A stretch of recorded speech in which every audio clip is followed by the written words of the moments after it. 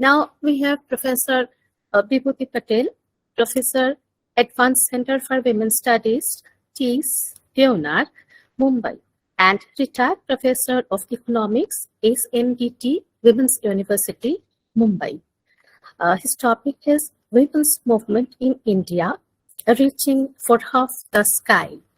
May I request our dear participants, respected participants, to put their questions in the chat box so that we can answer them after the session is over. Thank you. And also I'm requesting to make you brief and to the point. Thank you very much. May I welcome Vibhuti sir, and sir, the session is all yours. Vibhuti madam. Ma'am, the session is all yours now. Okay, so I would like to first of all offer my heartfelt thanks to both the Women's Studies Center of Lady Brabourne College and Swayam, which I have known for a long time, and especially Dr. Sangeeta Ghosh, Dr. Mahua Roy, Dr. Sanjukta Das, who have been in touch with me over last 1 month and giving me this opportunity at this very important workshop on her story, past, present, and future. And first of all, I would like to ask the question, why her story? Okay, so we always have a history, and history, as we know, that it is only about the powerful men fighting with each other for land or property or women or any kind of a control and authority.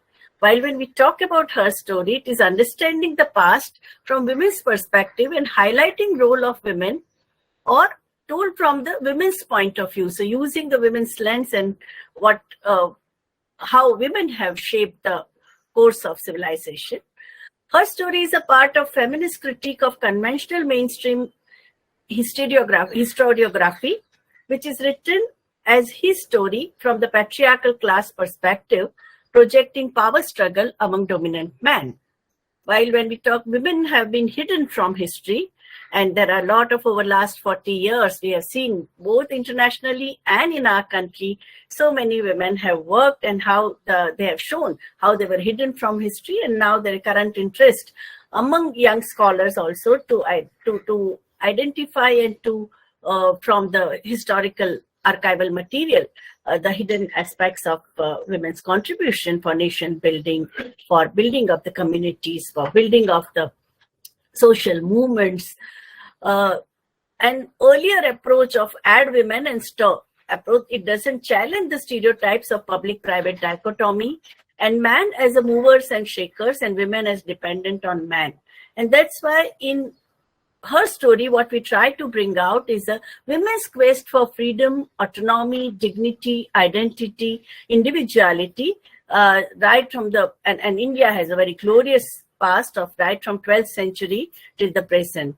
So when we know, first of all, we would like to talk about the Akka Mahadevi, whose life was from 1130 to 1160, and she wrote Vachanas. And Akka Mahadevi had a very unconventional life. She was a very beautiful woman, and king of the region, he wanted to marry her. She put forward the condition, and Akka Mahadevi believed in liberation of a spirit, and she was writing Vachana. She was a very creative, and she had said that there should not be any restrictions on her life after she gets married, but that did not happen. She faced tremendous psychological, emotional, and domestic violence. She gave up her princely life, the aristocratic life. She abandoned the clothes. She left everything behind, including her clothes. She remained always naked. Only her hair used to cover her body. And some of her verses are extremely important. Currently, like Majlis had also made a film profiling her life. And I would like to quote some of the verses where she says that having vanquished the 6 passions and become trinity of body, thought, and speech, having ended trinity and become twain, I and the absolute having ended duality and become a unity, is because of the grace of you all. And she talks about her relationship with the God that is most precious to her, and for which she had to pay a very heavy price and lead a life of a nomad, and she was homeless always. And imagine in a 12th century. Similarly, we see the sister of Grandev, the Janabai. She's a feminist foremother, who was born in 13th century. She passed away in 1350. She was a Marathi religious poetess in the Hindu tradition in India, who was born likely in the 7th or 8th decade of 13th century. And according to folklore, she died in 1350. Janabai was born in Ganache, Maharashtra. It's a village, Ganache. And she was like a couple with first name, which was Rand and Karanda. And she composed over 340 devotional songs, which are known as Abhangas. If you do the content analysis of these Abhangas, her quest for freedom, liberation, daily drudgery and daily grind, and the patriarchal imposition restrictions, she shows her anguish against that, and she wants to have her union with her Lord, and Lord is a imaginary character that she tries to relate to. Similarly, we saw that in the Lalde from Kashmir, Lalde Laleshwari in Kashmir, she was in the 14th century. She wrote mystic poetry. That was the way she expressed her quest for freedom. And she also had to face tremendous domestic violence. She was thrown out of her house. She also abandoned her clothes. She was leading a homeless life, living under the tree. And her verses are now also being very fondly sung by women in Kashmir. Similarly, we had a life of Habba Khatun. She was a princess. She gave up her palace. She created a small hut. She built herself a hut next to the river, and she led her life. She mixed with everybody. Castes, none of them, all these early feminist foremothers, they did not believe in the system of caste. They believe in egalitarian society. And about Mirabai, Parita Mukta study, if you have read about Mirabai, published by Cambridge University, that also shows that how revolutionary Mirabai was in her personal life. As a princess, she said that she was married to Lord Krishna, and after marriage, her husband, who was a king, Rana, he also imposed several restrictions. She was even offered poison, like Socrates. Mirabai also had to face a lot of persecution from her family, and finally she left the palace, and she was living in the communities wherever she was invited. She was singing her bhajan, her verses, and she also defied all authorities.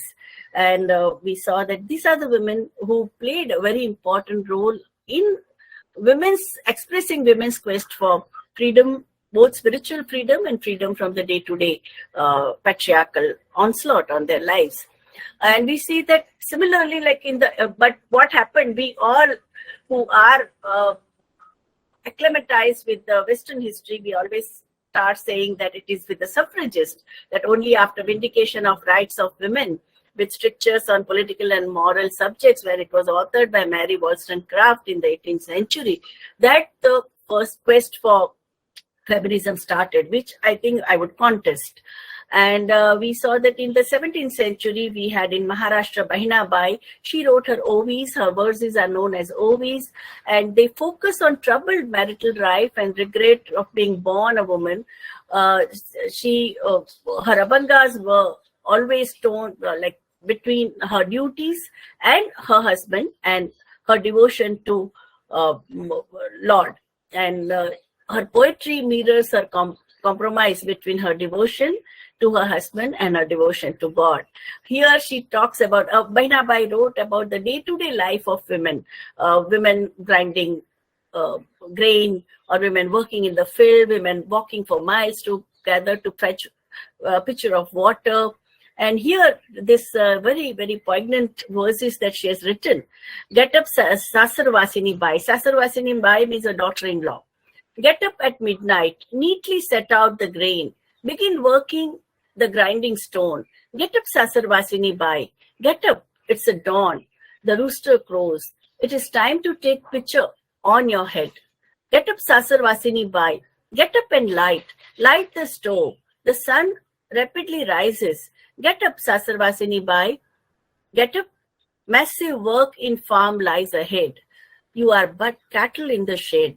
Get up, Sasarvasini Bai. Mother-in-law grumbles, is annoyed. Wipe the tears from your eyes. Get up, Sasarvasini Bai. Be patient. Don't talk back. Hold your tongue. Let the memories of your Mahir is a parental home, natal home. Let the memories of your Mahir comfort you. So these are the OVs written in Marathi. None of them were able to read and write. It is only through oral tradition that we have all these verses. And in case of Mehnabai's, her son could write. He could write Devanagari, and whenever her mother, while doing housework, would sing these verses, he would copy it. So that is how we have a collection of Mehnabai's OVs. In the 19th century, what we see is that a massive renaissance happening in India.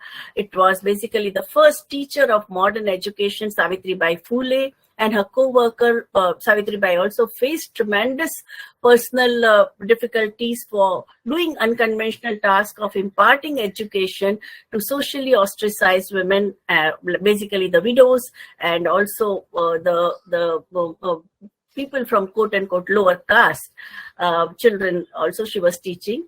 She was thrown out, she and her husband Jyotiba Phule were thrown out by their own family members from their family home. And then she got support from Fatima Sheikh and her brother, who also supported the social reform movement. We have experience of Tarabai Shinde, who got extremely agitated when a young Brahmin widow, she was pregnant and she was thrown out by her family. And Tarabai wrote a book, Stri Purush Tulna, and she said that why do we have this double standard of sexual morality? Everyone, we all know, why can't we be compassionate with the widows? Widows don't have any right. They are the lowest in the hierarchy of family. Anybody can abuse them, and right from the barber who comes to shave their head to any family members or acquaintance, they can. And she's so young, and you have been so cruel with them. And then she takes her analysis to all walks of life where we have discrimination, dehumanization, oppression, exploitation, and subjugation of women. Pandita Ramabai's work, we all know that she fought against female infanticide, child marriage, caste-based oppression, exploitation, deplorable condition of widows, and superstition. But all these women, one good thing they did, that they did not only write and preach, but they also built institutions for women in difficult circumstances to provide them shelter, livelihood, and that was very important, because they built lives of people, no? And socially ostracized women, unwed mothers, orphan girls, Dalit children, abandoned children found from the streets, and so they were looked after by them. And that is how they created a cadre of people who were convinced of social reform and fight against abject condition of women. They started schools and vocational training institutions to make them economically independent, boosted their morale to lead a life of self-respect and dignity. We saw the experience of Ratmabai Save in the 19th century, where we had Ratmabai Save challenged her child marriage, refused to cohabit with her husband, and as a result of which, age of consent was institutionalized in the Indian legal system, and she dedicated her life for nation building. She died at a ripe age of 96, and in the post-independence period, also she played a very important role. She was responsible for starting of civil hospital in Pune, civil hospital in Pune. It was her life was becoming difficult because she had opposed the her to cohabit with her husband, who was a wayward, and she thought she considered him no match for himself. He was just and nobody had taken her consent to get married. And that's why, this was quite revolutionary. There was a massive polarization of public opinion. Even Lokmanya Tilak also opposed, and most of the revivalists, religious revivalists, nationalists, who said that for Hindu woman, if she's married, her husband is not only husband of this life, but coming 7 lives. Saat Janam Tak, for 7 lives is a husband. That was the position some of the nationalist leaders had taken, and on the other hand, we had a social reformers who supported Ratmabai Save, who wrote an open letter to Viceroy of India, questioning the destiny, whether Indian girl has a right to determine her destiny. And it created so much of, and it was published in the front page of Times of India. And we saw that as the massive public education took place because of this controversy, which was played both in the English and regional media. And finally, Ratmabai was not arrested because she contested a restitution of conjugal rights by her husband, and she decided not to get married. It was becoming difficult for her to stay in a city of Pune, which was very conservative. The conservative elite was dominant there. She was invited by progressive King Chhatrapati Shahu Maharaj to become a chief medical officer when she became a doctor, because Ratmabai was the first surviving woman doctor, because Anandibai Joshi became doctor, but she died of tuberculosis. But Ratmabai Save was invited by Chhatrapati Shahu Maharaj in Kolhapur. She was invited by progressive King of Baroda, Sajirao Gaikwad. She was invited by a very liberal King of Bhavnagar, and there also she played an important role in establishing civil hospitals, and she dedicated her life for empowerment of women. In Rajkot also, she was invited by the king. So we see that this is the kind of global glorious legacy we have of feminism in our country. And we saw that globally also, the suffrage movement and the collective struggles of women workers in Europe and America during 19th century and the early 20th century, we saw that everyone, most of you must be knowing about the first gathering of women devoted to women's rights in United States was held on 19th and 20th of 1848, which is called Seneca Falls Declaration. And working class women struggle for labor standards, 8 hours of work, daycare center for working mothers, and equal pay for equal work began in those times. We also had when the Jingoism was ruling roost in the world, and the world leaders, like especially the capitalist leaders, they were preparing for First World War. The women demanded bread and roses, and many of you must have heard this song, anti-World War song, but that as we go marching, marching in the beauty of the day, the million darkened kitchens, 1,000 mills lofts grey, are touched with all the radiance that a sudden sun discloses. For the people hear us singing, bread and roses, bread and roses. As we go marching, marching, we battle too for man, for they are women's children, and we mother them again.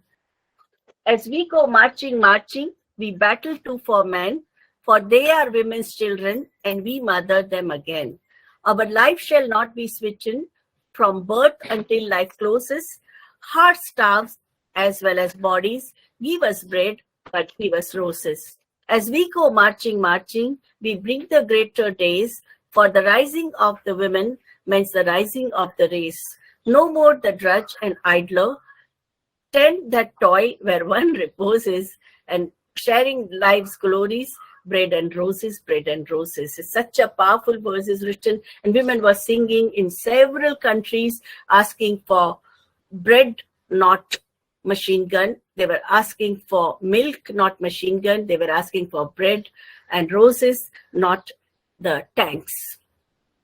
Now, coming to the women freedom movement, we saw that most of the freedom fighter, the leading personalities in the freedom movement, they were both social reformers as well as they were fighting against the colonial rule. So they were the crusader for women's rights in their personal life, as well as whatever the kind of the way they led their life also gave a message of women's liberation. And we saw like a galaxy of women leaders who played a pivotal role in the public domain, both as a fight, bringing agenda of women's education, fighting against widow remarriage, fighting against brutality of caste system, fighting against female infanticide, and promoting women's education, and at the same time fighting against the colonial rule. And all of them came from a very different socio-political, cultural,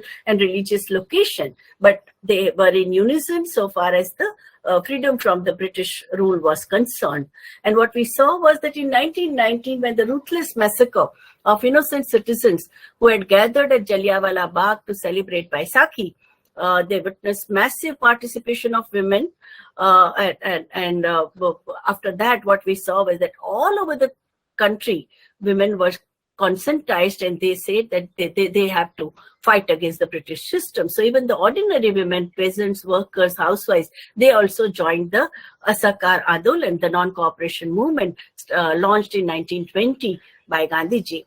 In civil disobedience movement, in Assault March, Dadi March, Sarojini Naidu, Kamala Devi Chattopadhyay, they were at the forefront even when Gandhiji did not want them to join the Dadi March to save them from police brutality, because every time the picketings began, to humiliate women picketers, the police would pull their pallu. That means just they would try to disrobe them, no? And touching somebody's pallu is a very insulting in our country, in our culture. And Gandhiji says, why do you want to subject to this kind of humiliation? And Sarojini Naidu and Kamala Devi Chattopadhyay, she said that if they pull our pallu, then they touch our sari, it is shame on them. Why should we be ashamed? Gandhiji, you are older than us, and it is our duty, young women, to protect you. And they just started, they defied Gandhiji, and they started walking ahead of him. So if you see those pictures of Dadi March, you would see Sarojini Naidu, Kamala Devi Chattopadhyay, and other women picketers walking ahead of Gandhiji. We also have an example of Usha Mehta as a young girl. She formed Monkey Brigade for the freedom movement because the children were taking letters from one leader to other leader, verbal message, oral messages from one leader to other leader. Even from the prison, whatever messages were coming from the freedom fighters, they were the messengers, and they were also organizing Prabhat Feri, singing patriotic songs and all that. And Usha Mehta, when she was in a college, she started underground radio. So she became a broadcaster of underground radio, Voice of India, and which played a pivotal role in mobilizing people for Quit India movement, Bharat Chodo Andolan in 1942. She was, in 20th century, what we have seen that women, Indian women who joined national movement belonged to educated liberal families, as well as those from the rural areas and from all walks of life, all castes, religions, and communities. The leaders like Sarojini Naidu, Kasturba Gandhi, Vijaya Lakshmi Pandit, Bikaji Rustam Kama, Annie Besant, Rokhaya Sakawat Hussain, Kamala Devi Chattopadhyay are revered for their glorious contribution in the political sphere as well as social reform for women's education, right to vote, and for Indian women. And in 1937, we saw Rani Lakshmibai Rajwade, Srimati Mridula Sarabhai, and Purvish Dubash. They were also, they prepared a very, very important document. You can download this document, Women's Role in Planned Economy, their whole vision of what would be the women's contribution in the independent India that they had put forward. The stalwarts like Sarojini Naidu, Rajkumari Amrit Kaur, Dr. Muthu Lakshmi Reddy, Lakshmi Menon, and Annie Besant, and the organizations like All India Women's Conference played pivotal role in voting right of women. There are those who say that Indian women got right to vote on a platter. That's not true. We need to go through the correspondence this women leader had within Congress and with the other leaders and in public domain, that why women should be treated as equal citizens in the independent India. To honor multifaceted contributions of Sarojini Naidu, 13 February is observed as National Women's Day in our country. Dr. Hansa Mehta and Dr. Kapilaben Khandwala, as representatives of Free India, played major role including women's concerns in the UDHR 1948. Because in 1947, when the first draft of Universal Declaration of Man was presented, these two women were representing India, and Hansaben Mehta just got up in the UN Security Council, and UN General Assembly, And she said, what kind of declaration you are talking about? 2 world wars have created so much devastation. The major sufferers are women and children. And even when men were at the front, it was women who managed the society and economy.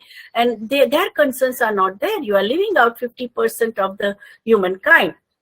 And she made it change, and then the committee was formed, special committee was formed to go through each and every word of Universal Declaration, of draft Universal Declaration, and they made the changes, and it was changed from Universal Declaration of Man to Universal Declaration of Human Rights. And wherever there was a man, they said human beings. It was replaced by that, and so many important concerns of women and children were also included in that.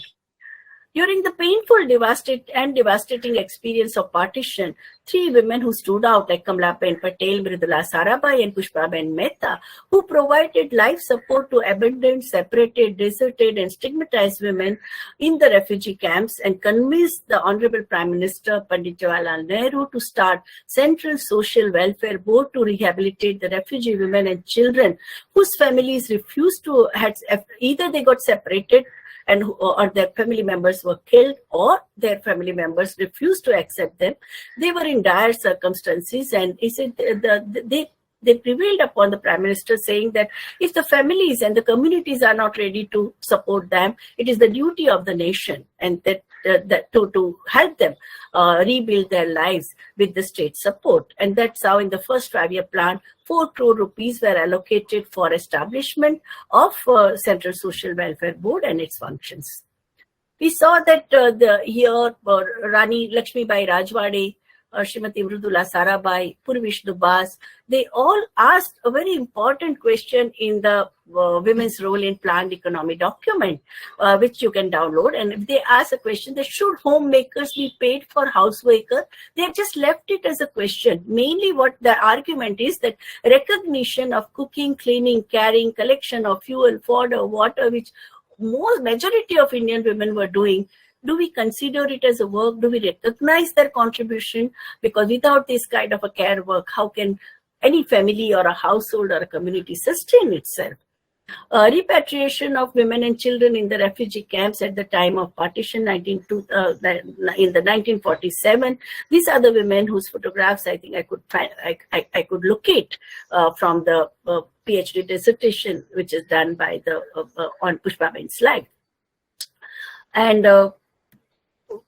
coming to the question of independent India, the first important contribution that came was from 15 women who were included in the Constituent Assembly, and to form Constitution of India under the leadership of Babasaheb Ambedkar. Now, this phase of first half of 20th century in South Asia was marked by first generation of English educated women struggle against child marriage, widow burning, female infanticide, and efforts for education of women and also voting rights of women. So the journey that began in the 19th century social reform movement and culminated in the 20th century freedom movement resulted in a constitutional guarantee of equality, freedom, equal opportunity for women irrespective of their class, caste, creed, race, religion, and that happened under the leadership of Dr. Babasaheb Ambedkar. Now, this freedom fighter women who were intellectually endowed, verbally articulate, excellent public speakers and communicators, who had a courage of conviction, who did not fear imprisonment while fighting against the British rule. They were Amu Swaminathan, Begum Aizaz Rasool, Dakshayani Velayuddin, Durgabai Deshmukh, Hansa Ben Jivraj Mehta, Kamla Chaudhary, Leela Roy, Malti Chaudhary, Purnima Banerjee, Rajkumari Amrit Kaur, Renuka Ray, Sarojini Naidu, Sucheta Kriplani, Vijaya Lakshmi Pandit, and all of that, and they came from a different socio-economic, cultural, educational location and caste location, out of which I think the Dakshayani Velayuddin was the one who had faced tremendous personal hardship because she was from a Dalit Pulaya community in Kerala, and at that time Dalit women were not even allowed to cover their chest, so they had to first fight against this kind of a barbaric custom. And she got educated. Her brother was in freedom movement who encouraged her, and she dedicated her life to the freedom movement. Gandhiji spotted her, and she was also included in the Constituent Assembly. Here, two quotations are extremely important when Dr. Baba Sahib Ambedkar said that our battle is not for wealth nor for power. Our battle is for freedom, for reclamation of human personality. And the second quotation is from the Dakshayani Velayuddin, where she said that we should not make ourselves the laughing stock of our future generations by harping on separatism. Communalism, whether Harijan, Christian, Muslim, or Sikh, is opposed to nationalism. What we want is not kinds of safeguards. It is the moral safeguard that gives real protection to the underdogs of this country. I think that is and you can see its reflection even in our constitution. What we saw was in the new revolutionary upsurge and that happened later on after the 20 years of India's independence. That was an international feminist movement in the 70s that proactively contributed for solidarity with the liberation struggles and campaigns against imperialist war, especially the war in Vietnam. The poster of a Vietnamese woman with tears in her eyes, child in the back, and gun in her hand, and the plane on the throwing napalm bomb, that created the outrage, and the youth, students from schools and colleges all over the world, they said that no more Vietnam. And women demanded peace and equality. We shall overcome. That song also came into existence mainly at the time of the anti-war movement. And the slogan of sisterhood is powerful, that we express our solidarity and sisterhood with the women of Vietnam. And that was the kind of spirit. The intersectionality word, also the genesis of word intersectionality, also lies in the global feminist movement of the 70s and 80s. Now, understanding feminism as a movement to end sexism that discriminates on the basis of sex of a person, and feminism is an individual or collective effort to end sexist exploitation and oppression, as per Bell Hooks, who also popularized the term intersectionality. Feminism is anti-discrimination, not anti-man. Feminism is a worldview and action oriented for transformative change in favor of gender equality and equity and equality. Equity is a precondition to equality. There are plural trends in feminism, and the roots of your roots may be different. You may have a liberal views, or you may have a socialist feminist views, or you may have a Marxist views, or you may have a eco-feminist concern. But the destination is liberation of humankind from the clutches of exploitation, injustice, discrimination, and degradation. And that's why feminist movement is the only movement that believes in plural understanding, plurality of knowledge construction, and that is a very, very humble approach, and the humility that the feminist movement has shown by allowing all streams of thoughts and to retain its dynamism, and dialogue becomes very important. So the vision of feminism is mainly focused on challenging subordination, oppression, exploitation, subjugation, injustice, and discrimination against girls and women, with an aim to establish gender equality in all spheres of life. And feminism strives for liberation of humankind by challenging patriarchal control over sexuality, fertility, and labor that harms all women, men, and transgender people. All are brutalized by sexism and gender roles, and feminism as a political philosophy has a universal appeal. So with this overarching vision, what we have seen, the empowerment of women in the second wave of feminism that happened after 70, where the educated middle-class women who were actively involved in different social movements of a students' movement, youth movement, workers' movement, peasant movement, tribal movement, Dalit movement, civil liberties movement in the post-emergency period, they all became, they built this new women's rights movement. I am also a product of this second wave of feminism. We abhorred paternalism of benevolent males and upper-class women's charitable and philanthropic work, social work, and declared that we are not fighting for someone else's battle, we are fighting for our own rights. And right-based approach is the only way in which we can liberate the humankind.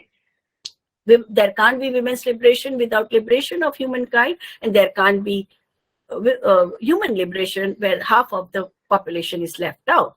So the feminist critique of post-war development model happened where the conventional indicators of modernization, technological development, mechanization, automation, urbanization, industrialization, green revolution, white revolution were critiqued. And I think there are many sessions in this 7-day course where all these issues must have been deconstructed and debated. Feminists avowed that mainstream development process has bypassed women, they have marginalized women, and the three approaches that emerged, women in development, women and development, and women and gender and development, during the women's UN International Women's Decade of 1975 to 85, they also spilled over in terms of lot of ground level examination and the researches and knowledge construction. Currently, what we see that the current wave is considered to be a third wave feminism. And it is considered as a where its ideological moorings lay in the post-structuralist interpretation of gender and sexuality. The third wave feminism critiques male-female binary that are seen by them as artificial constructs created to maintain power of dominant groups. Proponents of third wave feminism claim that it allows women to define feminism for themselves by incorporating their own identities into the belief systems of what feminism is and what it can become through one's perspective. Third wave feminism essentially covers perspectives from those marginalized and excluded from the previous waves of feminism, that means Dalit women, tribal women, women of color, women from post-colonial and colonial economies and societies, young women, differently abled women, women from ethnic and religious minorities, and women with alternate sexuality. They are the ones who are shaping the third wave of feminism. They are the providing the intellectual leadership, academic leadership, and also political leadership. This wave has deepened the discourse of discontent. We have seen how the Black feminism, Dalit feminism, post-colonial feminism question that can there be universal sisterhood. Okay. Third wave acknowledges the benefits of second wave feminism, but also provides the worldview of the global South. And now we are talking about the transnational feminism, which is based on the principles of solidarity. So liberal feminism, Marxist feminist, radical feminist, socialist feminist, psychoanalytical feminist, postmodern feminist, eco-feminist, all of them have had tremendous influence in a mobilization of women around different issues. In 1972, it was the women of Tehreek Garhwal who challenged the arbitrary felling of tree and creation of an ecological imbalance in the Himalayan valleys, and which is known as the Chipko movement. Chipko movement played a very important role in, and it had a global influence. What we see, the Black feminists where race is the central reality. They have also challenged the patriarchal male domination and also racism. Anti-colorism is a very important trend currently, where so many young men and women they adhere to anti-colorist ideologies, where the prejudice or discrimination against individuals with a dark skin tone, and typically among people of the same ethnic and racial group. I think many of us have experienced it personally in our own families and in our own communities. Last is womanism, is a contribution of Afro-American feminists who believe that despite barbaric experiences of slavery, subjugation, horror, the Black culture, Black celebrations have survived due to women's resilience. There is a need to promote this celebration and cultural legacies through heritage of oral histories, legend, grandmother stories, cuisines, handicrafts, art forms. They believe that non-white and colored women must be proud of her story instead of aping the white and consumerist and oppressive and aggressive culture.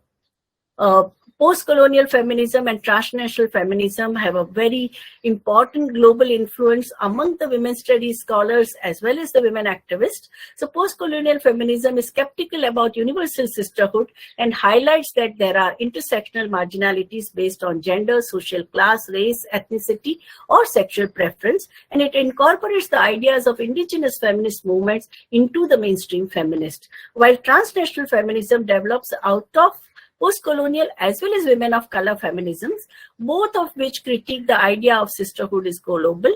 and it exposes harmful effect of globalization and capitalism on people across nations, races, genders, classes, and sexualities.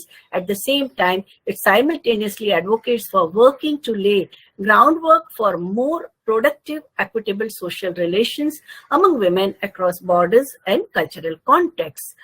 We know that currently the two scholars, especially Professor Bell Hooks, who passed away last year, and Professor Kimberly Crenshaw's work are extremely popular among the, not only among women's movement, but also among all liberatory and social movements.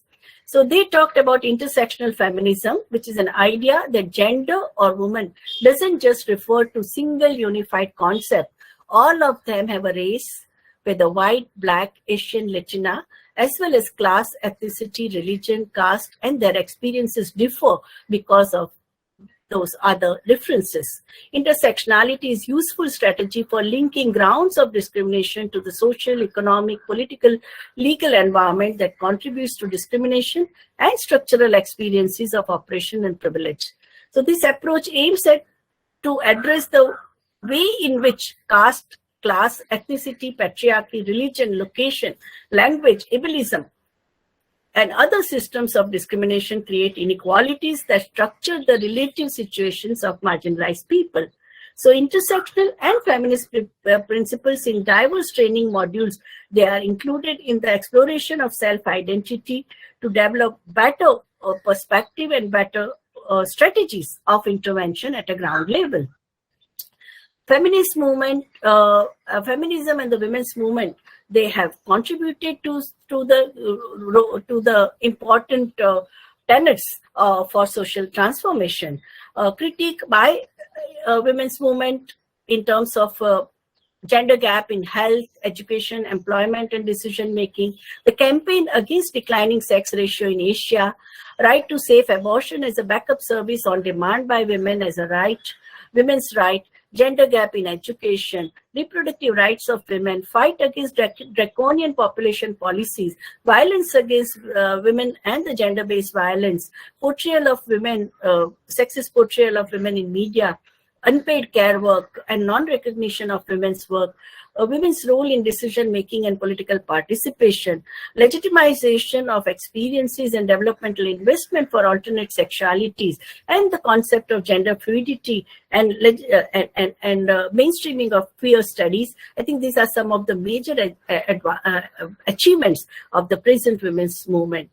A feminist lens for the development agenda came with the critique of the trickle-down theory in 1975, marginalization thesis with the UN had proposed in the Women in Development approach, integration of women in the developmental approach during the International Women's Decade, and the work of Geeta Sen and Carol Brown in terms of DAWN, Development Alternatives with Women, which is now also very, very active global network, which critiques the neoliberal capitalist policies and suggests the alternatives and supports the grassroots organizations in terms of bringing the transformation in their realities. Gender and development approach, like women in decision-making process in 1990, that was also popularized after in the Beijing Platform of Action. Adoption of CEDAW Convention on Elimination of All Forms of Discrimination Against Women, that was India adopted it in 1993. Human Development Index, Gender Empowerment Measure were adopted in 1995. Millennium Development Goals, where 191 countries, leaders, they had a consensus and they promised to implement them, though the promises were partial, half fulfilled.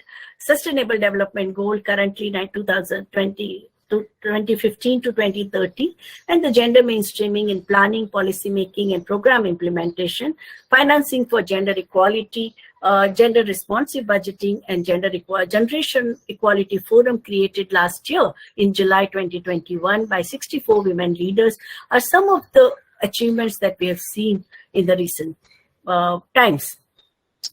Feminist leadership and its strategies were very sharply articulated by emergence and proliferation of autonomous women's organizations. Dialogue between women's studies and women's movement started happening in the post after 1980.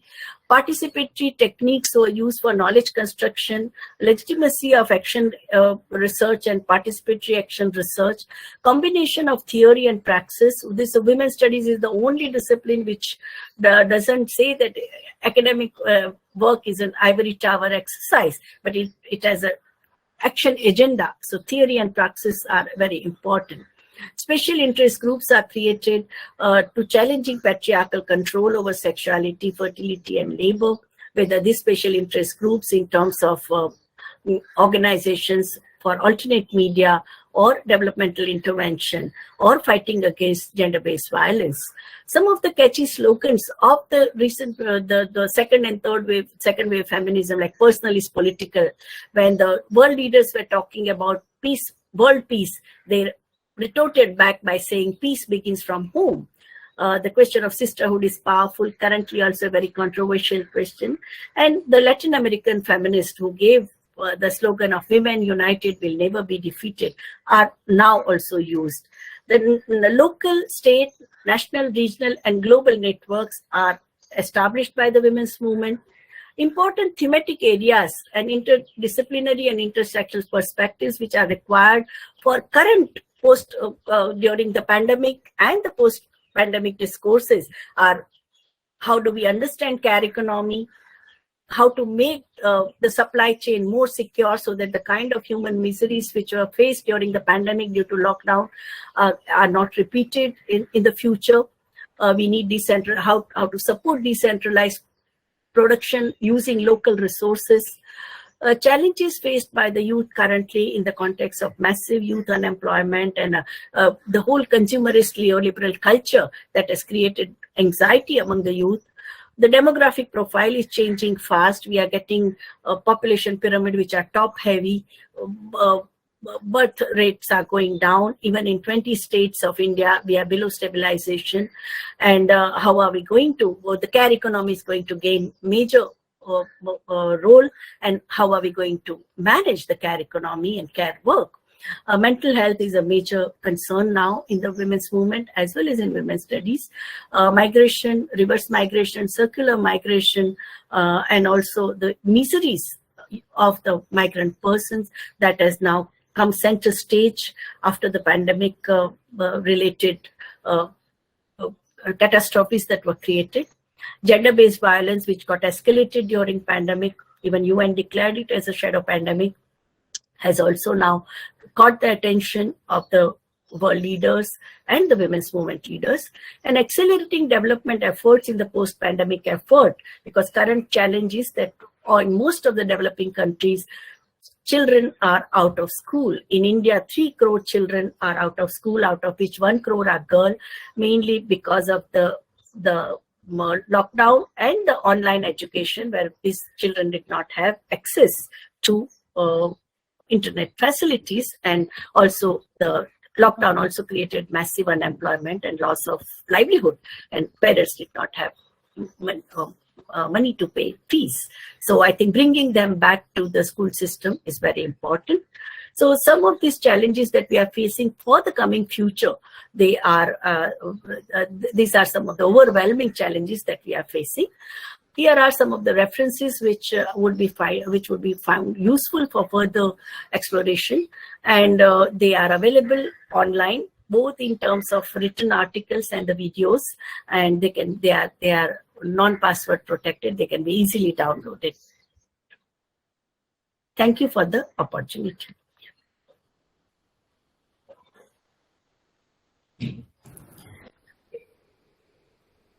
Thank you, Madam, for the excellent presentation. It is indeed a thought-provoking session knowing about them who made the journey possible from Ekla Chalo Re to We Shall Overcome. Thank you, ma'am.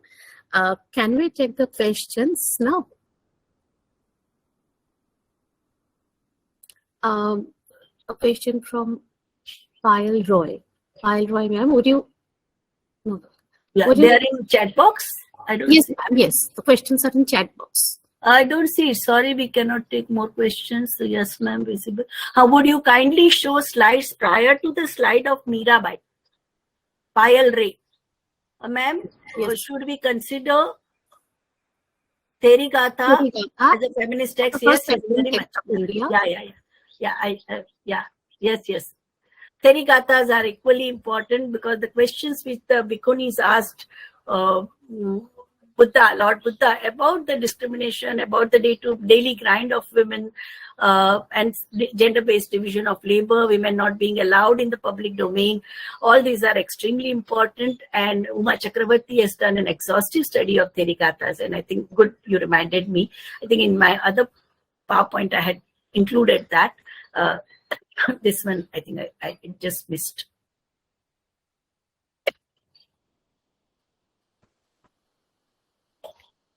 Should I show the slides once again? First few slides? First few slides. 1 minute. Okay, ma'am. Yeah. She wanted before Mirabai, no? She wanted.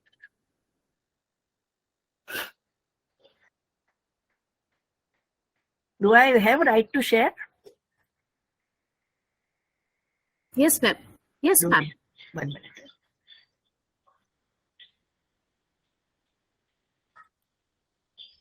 Share. Okay.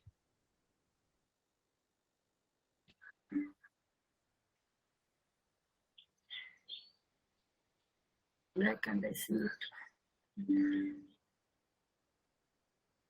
Yeah. Can you see it? Hello? Ma'am, we can see it. And also one. Are you able to see? Yes, ma'am. Yes. Yeah. So this is the first slide. Why her story? Second slide is about Akka Mahadevi's Vachanas. Third slide is about Janabai's work in Abhangas that she wrote. Then there is this one on feminist foremothers. About Lalde, Habba Khatun, and Mirabai. Should I stop? Yes, Can ma'am. I? Yes. Yes. Okay, Yes. I'll do. I can speak. Yeah. Ma'am, I have an additional question. Can I ask it? Yeah. Yes. My question is about caregiving. Women in our society, more or less universally, is considered to be the primary caregiver. But I personally consider caregiving can be a burden. I want to know your perspective. Your thoughts on caregiving as a burden. Can you repeat your question?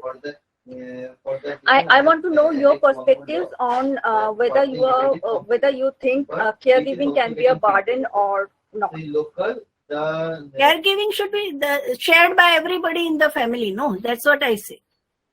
Beyond a point, it becomes a burden. No, if only one person is doing that work, caregiving work only for hours together, for 16, 18 hours a day, all the emotional burden, physical burden, even when you are hungry and when you are ill and in a masochistic way, when you do this work, it becomes a burden. Yeah. There is no sharing, caring, no appreciation, in response to caregiving, if you face domestic violence. That's what happened during the pandemic. Women were the ones who were doing caregiving. There were multiple demands on them. People were 24/7. They were in the home, and they were continuously asking for tea and snacks and alcohol and bites. And they were, because I worked for the helpline during the pandemic, and the kind of things they said, we had never seen such demonic aspect of our family members, that who could be so cruel, insensitive. Illness is because after some time, even the hospitals were crowded. People had to be looked after at home. Elderly people who were earlier staying alone with the other support, they also came back. So in a family, there were so many people, for sometimes 3 generations, 4 generations were there, and all had to be looked after only by women of the family, either housewife or her daughter. So that became burdensome. Yeah, it can be burden when there is no appreciation, no sharing, no mutuality in the relationship, no respect. It's only one-sided. One side dominates, orders and demands, and other side is only just catering to the services, but without any acknowledgement or appreciation. It can be burden. There can be other situations where a woman can choose to pursue her career or identity or selfhood over giving care to her elderly parents. Then the society. Yeah, we all have done that. No, all of us have looked after. Our brothers have never looked after. They all are settled abroad. We have looked after her parents and in-laws, and we have done it with love and care. But there was a support, no, like your children or your husband or everyone, they pitched in, and then one had not to give up job because, like when my father had a stroke. I was thinking of giving up my job, but it was my husband and daughter. She said, "No, Mama, we'll create a WhatsApp group. We'll take turns in looking after Papa." Though there was a person to look after, but one home or family member had to be with him. So that we do out of love and this thing. But even in that, there should be caring and sharing. So shared caregiving is what you want to create. Yes. Okay. And respect also. Respect. One caregiver cannot be treated bad. Okay. Whether they are paid caregiver or they are doing it out of love and care and because of the family bond. And caregiving is important from a social perspective. And right? now it is even more because now the birth rate is going down. We have a DINK family where there are 2 people are earning and they don't have any children. We have 7 states were already below stabilization in 2001 census.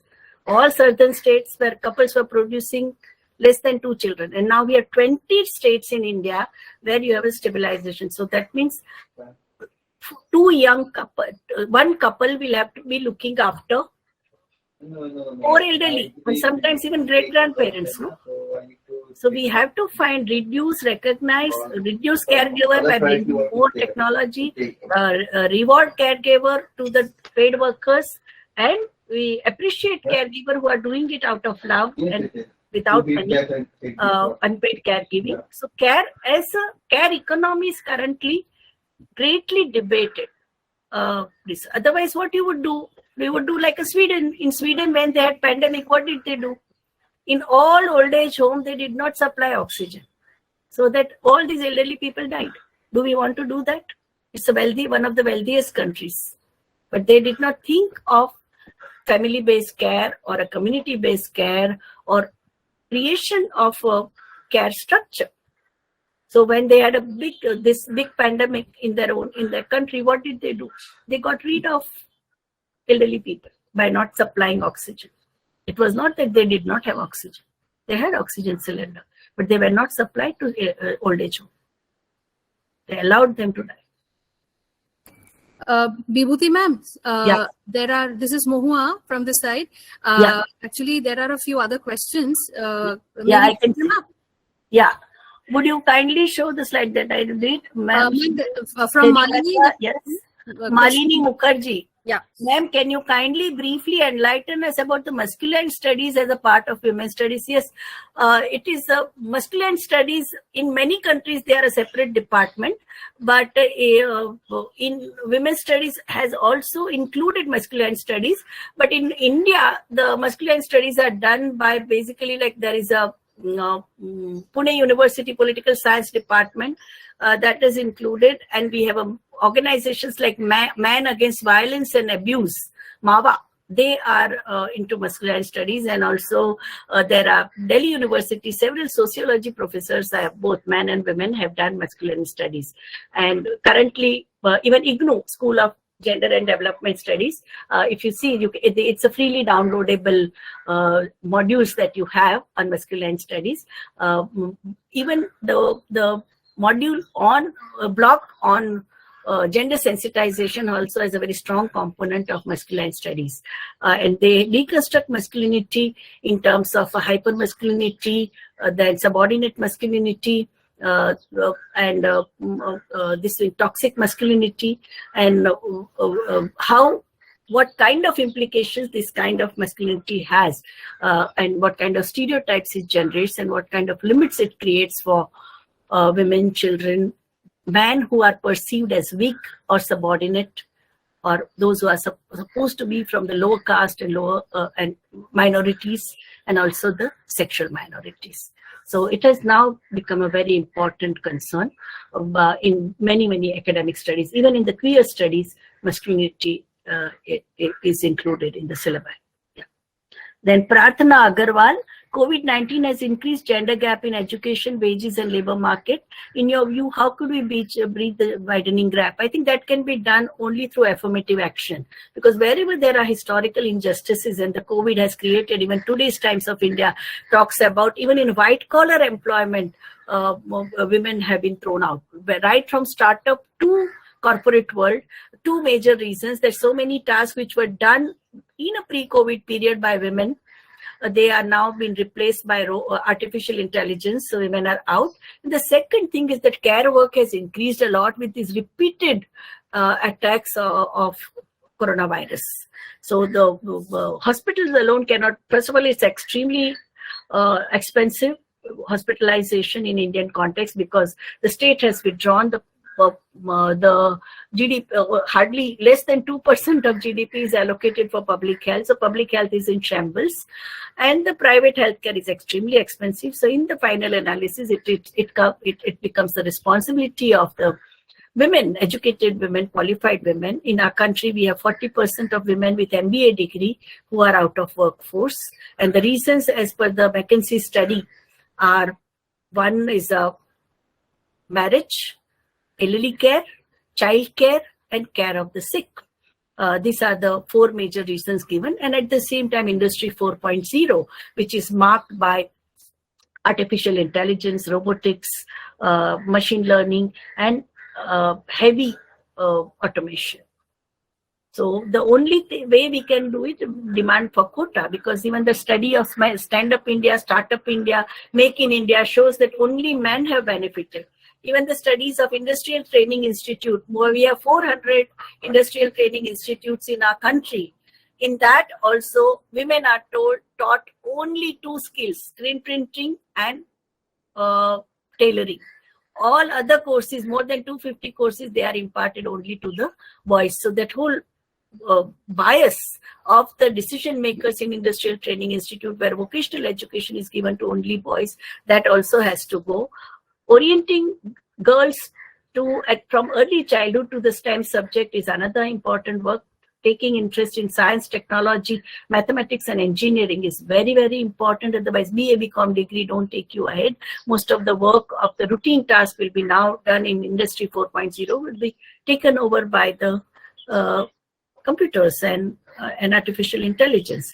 So it's a multi-pronged approach and that too affirmative action, many scholarships, free ships, safe and subsidized transport, and proactive approach of giving women attracting girls and women into these fields is very important. Plus also creation of quota, 30% reservation of all the placements in all the new projects, whether it is Atmanirbhar Yojana or Garib Kalyan Yojana or Stand Up India, Startup India, Enterprise Development Program. I think that is very important. So what we need is affirmative action, massive affirmative action.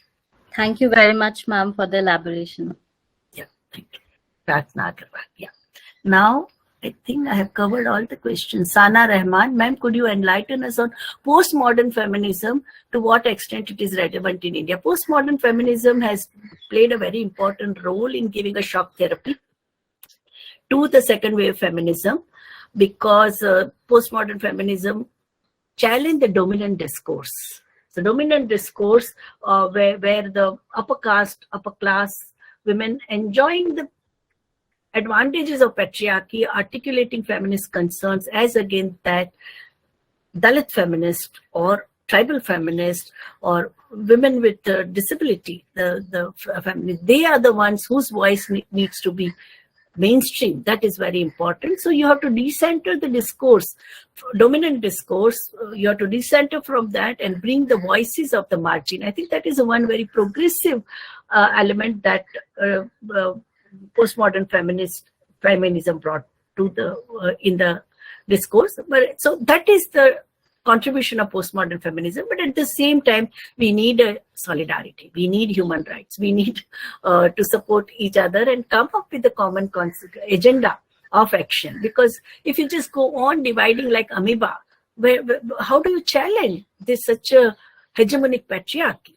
So where do you draw line? Like, okay, representation of all those who have been voiceless, who never got mic in the human history, who never were heard in the human history, bringing them into the discourse and giving legitimacy to their experiences, their articulations, their creativity, their political agenda, very, very important. So that's what post-structuralist and postmodernist thinking brought in. Respect for culture-specific intervention, giving up ethic approach, which is universalist, as against that bringing into amic approach, which is culturally respectful. So that is very important. So I have a lot of respect for postmodernism, and postmodernism has not only influenced feminism, it has influenced medicine, it has influenced architecture, it has influenced engineering, it has influenced scientific thinking. That you don't have one particular answer to the complex reality of today. That has to be plural voices, and those who have been historically subdued, those who have been silenced, they need to be heard and they need to be. And Foucault made an excellent contribution in terms of his work on history of sexuality, madness and civilization, and challenging the mercenary, competitive, capitalist culture. It's very important to read, to acclimatize ourselves with postmodern philosophy and thinking and its implications. Yeah. Thank you so much, Vibhuti ma'am. Thank you so much. It was such a pleasure listening to you, and we are really honored to have you here with us today. And looking forward for many more such interactions with you in future. Thank you so much, ma'am, for joining us today. And Roy has asked for sharing of slides. So I can do that. So should I send it to you, ma'am? Yes, ma'am. Absolutely. You can mail us. Yeah, I'll do. We'll share it with the participants. Absolutely. I'll do that. Thank you so much, ma'am, for joining. Thank you. Yeah. Thank you. I thoroughly enjoyed the question. Same here, ma'am. Same here. Thank you.